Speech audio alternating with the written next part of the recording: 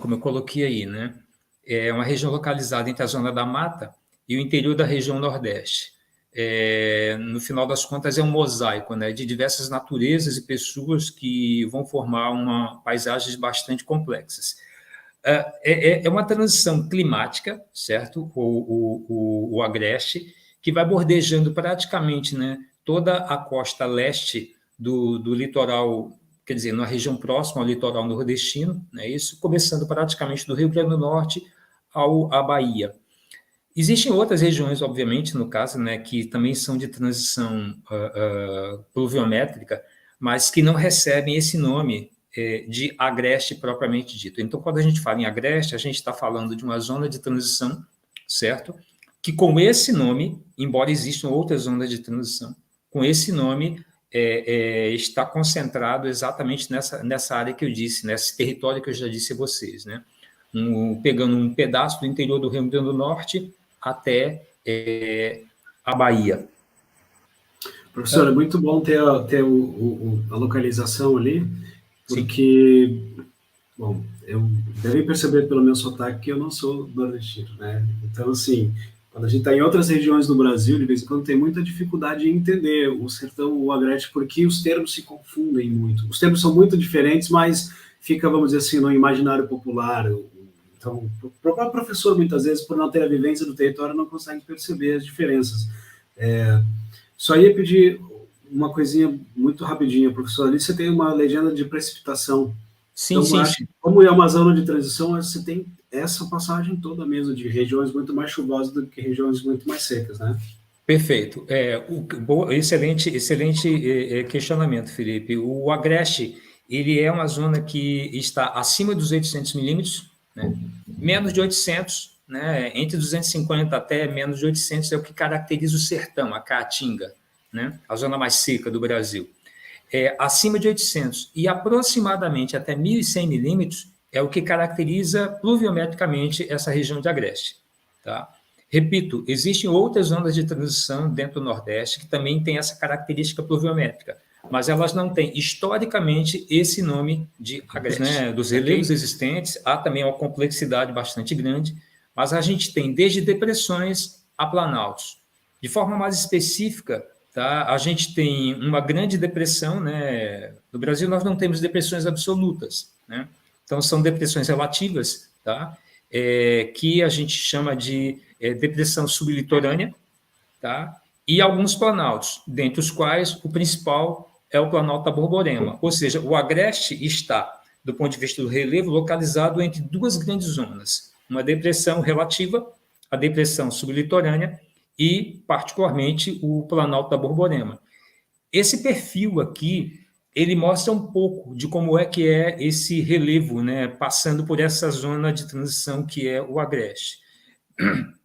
Aqui da minha direita para a esquerda, a gente sai aqui da zona litorânea, certo? Que é a zona da mata, onde chove bastante, que é a zona úmida, né? Chove acima de 1.200 milímetros, tá? E penetra exatamente nessa região da depressão, onde você já tem exatamente essa característica de um clima de transição, não é tão úmido quanto no litoral, embora também não seja tão seco quanto o semiárido propriamente dito, é uma zona subúmida, um subúmido seco, tá? E pega exatamente áreas baixas, a depressão sublitorânea, como eu disse ainda há pouco, tá? E vai até o Planalto da Borborema, certo? Nessa área do Planalto da Borborema, você tem algumas regiões que destoam, inclusive dessa zona de subumidade. Você encontra algumas áreas como o que a gente localmente chama de brejos de altitude, porque são áreas que estão a barlavento das massas úmidas. Consequentemente, você tem zonas de mata atlântica no interior do Nordeste, certo? Como uma disjunção da Mata Atlântica que nós temos na zona da mata, efetivamente. Tá ok?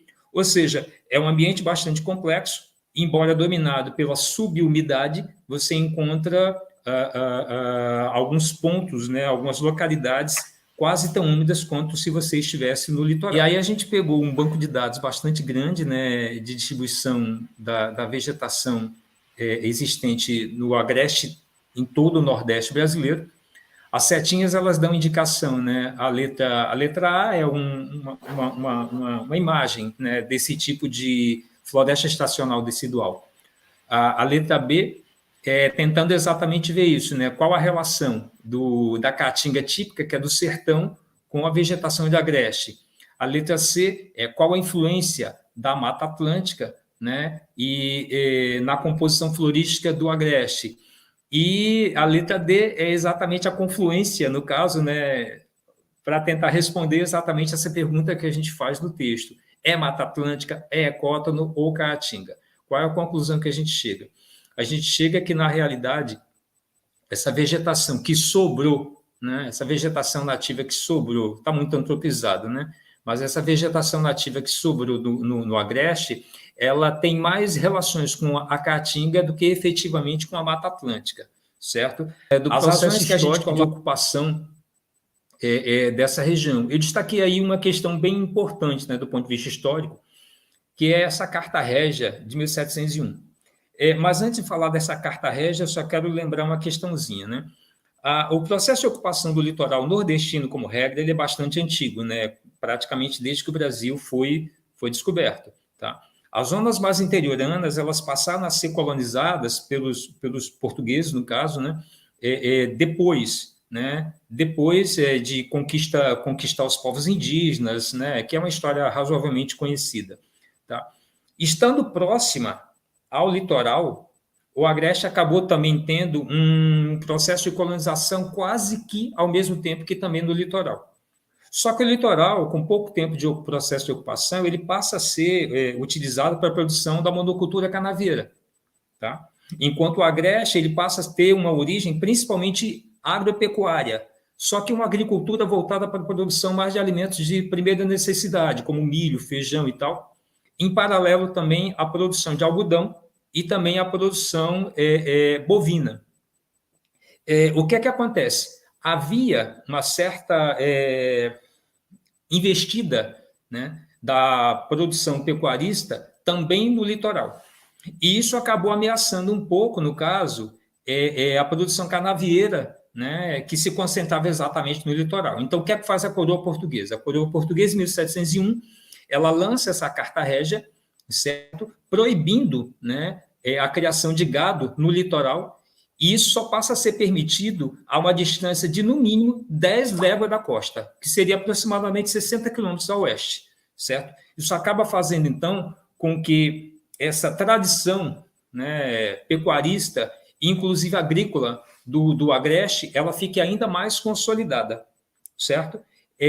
Então, essa é a característica histórica principal, muito embora hoje em dia... Excelente. A gente tem uma evolução, se é que você pode falar dessa forma, né, Felipe? Assim, como sempre foi uma zona, entre aspas, né, marginal, a zona da mata, tradicionalmente o agreste ele é ocupado por pequenas e médias propriedades, certo? Com o passar do tempo, a gente vê uma expansão, né, da grande propriedade também no agreste, e, em paralelo, também você começa a ver algumas mudanças também na estrutura de trabalho que acontece no agreste, né? O agreste ele sempre teve uma característica muito interessante, né? Ele sempre foi uma zona, como eu disse antes, pecuarista e, ao mesmo tempo, de agricultura sazonal. Então, sempre teve um papel muito importante como celeiro, entre aspas, né, do Nordeste, grande produtor de alimentos de primeira necessidade, principalmente para as metrópoles localizadas no litoral. À medida que, no caso, a pecuária vem aumentando, o que tem acontecendo é que as relações de trabalho também têm se modificado. O sistema de rendeiro, meeiro, né? Essas pessoas elas passam a ser, entre aspas, expulsas, né? Como moradores dessas terras, porque a atividade econômica do gado, né? A pecuária bovina, ela requer menos gente. Isso acaba fazendo, então, com que você tenha uma forte migração, a expulsão dessas pessoas, dessas propriedades rurais, e elas vão habitar exatamente o quê? Ou vão para grandes cidades, ou mesmo vão compor periferias muito pobres, por exemplo, em determinadas cidades que você encontra no interior do Nordeste. Uma professora Emília, né, uma das grandes pesquisadoras de geografia agrária na Universidade Federal da Paraíba, chamava essa ocupação, essas áreas periféricas, chamava de pontas de rua, né? E era composto, essas pontas de rua eram compostas, são compostas, principalmente por pessoas de origem rural, tá? Mas que foram expulsas por essa mudança nas atividades econômicas e passam a ocupar esses espaços periféricos. Outros migraram para João Pessoa, para Recife, ou mesmo para o centro-sul do país, efetivamente. E com essa repecuarização, com essa redefinição da pecuária, isso se torna ainda mais intenso, tá certo? Basicamente dessa forma que tem acontecido. O Luciano, um colega aqui do Cariri, trazida para o Nordeste, é a questão do uso da água para expandir a agricultura comercial.